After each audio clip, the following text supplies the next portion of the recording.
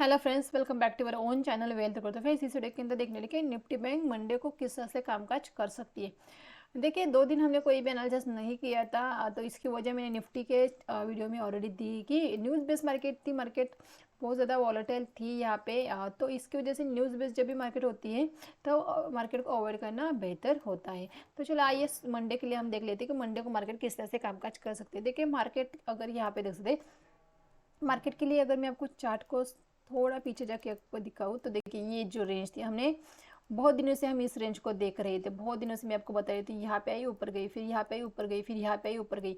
Finally expiry के दिन यहाँ पे ऊपर मार्केट खुली, लेकिन मार्केट फिर से इसके अंदर घुस एंटर गई। देखिए, जब भी मार्केट रेंज के अंदर एंटर कर देती, डेफिनेटली मार्केट बॉटम को टेस्ट कर लेती है। जैसे कि बॉटम को टेस्ट किया, फिर ऊपर गई, फिर बॉटम के आसपास आई, फिर ऊपर गई। तो मैंने आपको, अगर आपने वीडियो देखा तो मैंने क्या कहा था, मार्केट एक रेंज के अंदर कामकाज कर रही है। इस रेंज के अंदर कामकाज करते हुए मार्केट ने रेंज को ऊपर की तरफ ब्रेक किया, लेकिन फिर से मार्केट नीचे आई है। नीचे आने के बाद क्या हो लगता है, लोग कहते हैं यहाँ पे ब्रेकआउट जो हुए तो फेल हो गया। ब्रेकआउट फेल होने के मार्केट के अंदर लोग क्या होते हैं, निगेटिव फिर हो जाते हैं कि नहीं, मार्केट नीचे ही जाएगी। तो मार्केट नीचे जाते हैं, जैसे ही लोग यहाँ पे मार्केट के निगेटिविटी यहाँ पे मार्केट शो कर लेते हैं। जैसे मार्केट के अंदर लोग जैसे निगेटिव हो जाते हैं, मार्केट तुरंत ऊपर की तरफ ब्रेकआउट दे देती है। ये पैटर्न मार्केट के अंदर मैंने आपको 2-3 दिन पहले एक्सप्लेन किया था कि इस तरह से पैटर्न मार्केट दिखा सकती है, फिर से नीचे आके फिर से ब्रेकआउट दे सकती है। तो बिल्कुल मार्केट ने उसी तरह किया। मार्केट नीचे आई, इसी ऊपर ब्रेकआउट किया, फिर नीचे आई, फिर बॉटम को टेस्ट किया, फिर एक बार ब्रेकआउट दे दिया ऊपर की तरफ। तो ये ब्रेकआउट मार्केट ने सस्टेन कर रही है। अगर देखेंगे तो इस यहाँ पे मार्केट ने इसके ऊपर मार्केट की क्लोजिंग है। अभी भी मार्केट इसी रेंज के ऊपर की क्लोजिंग मार्केट ने दी है हमें। तो डेफिनेटली ये ब्रेकआउट यहाँ पे फेल नहीं हुआ है।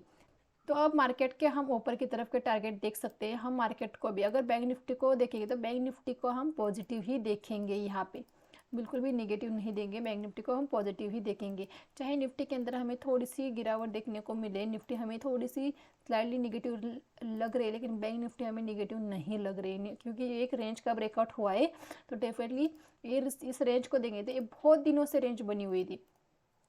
देखेंगे यहाँ पे बहुत दिन से, 1 वीक या 2 वीक से ये रेंज बनी थी। फाइनली इस रेंज का ब्रेकआउट हुआ है, तो मूवमेंट भी हमें तगड़ा मिलना चाहिए इसके अंदर। तो देखिए, ये जो पैटर्न था, अभी ये पैटर्न यहाँ पे जो पैटर्न बना है, तो देखिए ये पैटर्न भी इससे पहले हुआ था। हमने इसके पहले भी इसको डिस्कस किया था।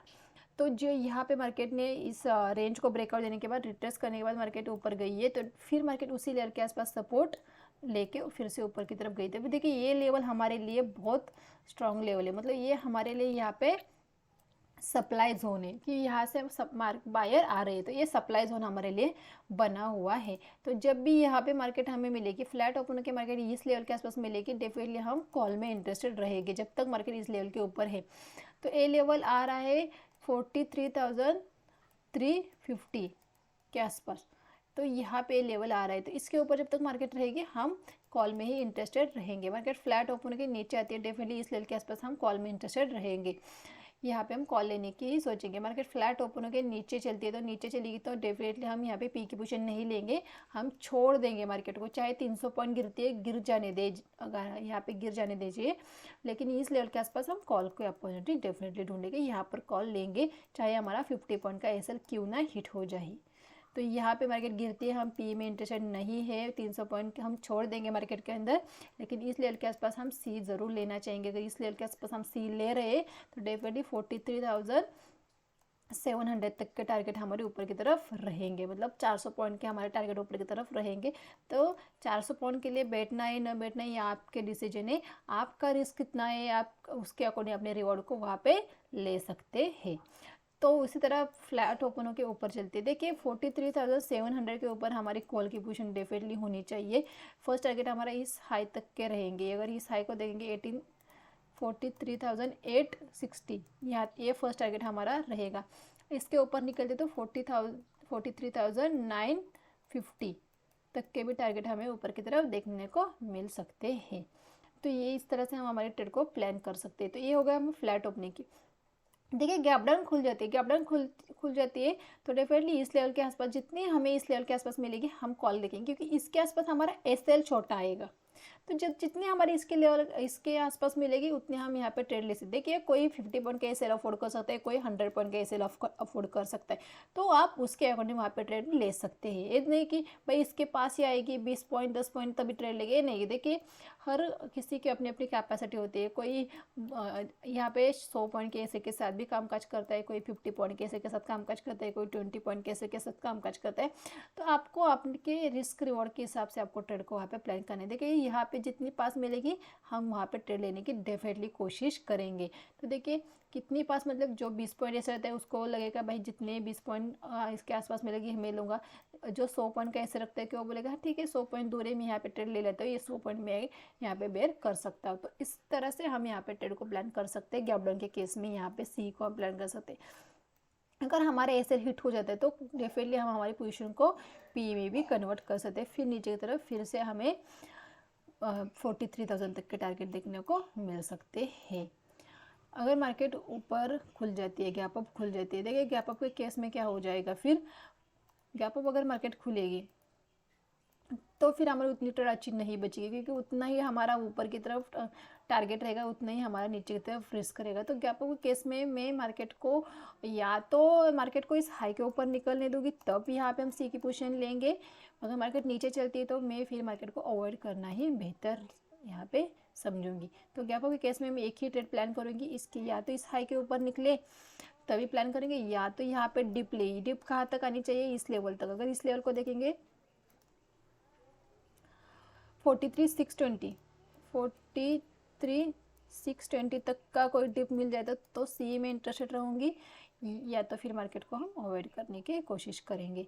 ये तो हमारे गैप अप के केस में हो गई। अगर गैप अप खुल के 43,620 तक का अगर टारगेट यहाँ पे मिल जाती है तो डेफिनेटली यहाँ पे सी की पोजीशन लेना चाहेंगे। फिर ऊपर की तरफ हमें 43,800 तक के भी टारगेट या 43,860 तक के टारगेट एक्सपेक्ट करेंगे। तो इस तरह से हम हमारे ट्रेड को प्लान कर सकते हैं।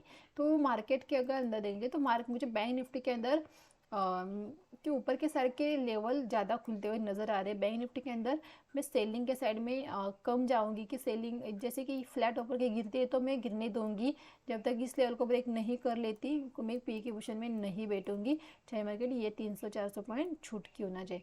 तो देखिए मार्केट के अंदर ना आपको ना एकदम सीधे रास्ते में ट्रेड करने, ये कॉम्प्लिकेटेड रास्ते में ट्रेड करोगे तो वहाँ पे मार्केट आपके एसएल को हिट करनी चाहिए। देखिए एसएल बहुत सारे लोग होते हैं मैंने 20 पॉइंट का एसएल लगा 50 पॉइंट का, देखिए एसएल सही जगह पे लगेगा तभी तो यहाँ एक अच्छी ट्रेड आपकी होगी। देखिए आप कहीं भी रैंडमली ट्रेड करोगे उसके ऊपर 20 पॉइंट का ऐसा है तो मार्केट डेफिनेटली उसको जल्दी से हिट कर देगी।